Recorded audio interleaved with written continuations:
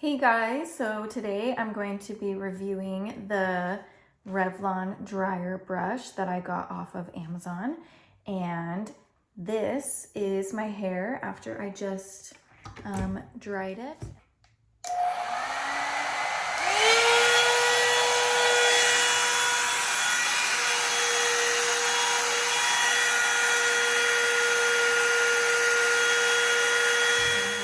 Styled it at all, but you can see there's a lot of volume here.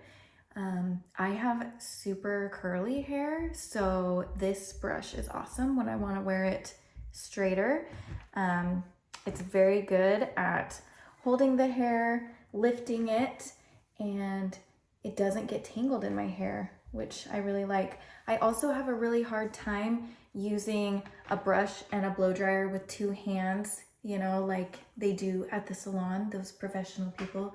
But for me, just having one thing, do both at the same time, that works a lot better for me. So this has been excellent.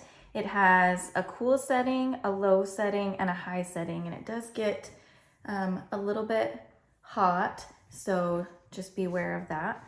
But overall, I've had an easy time figuring this out, and I use it all the time, and I don't know, but I think that my hair looks pretty full and good, and I haven't even gone through with a straightener or anything. So yeah, that's what I think about the Revlon dryer brush. So there you go.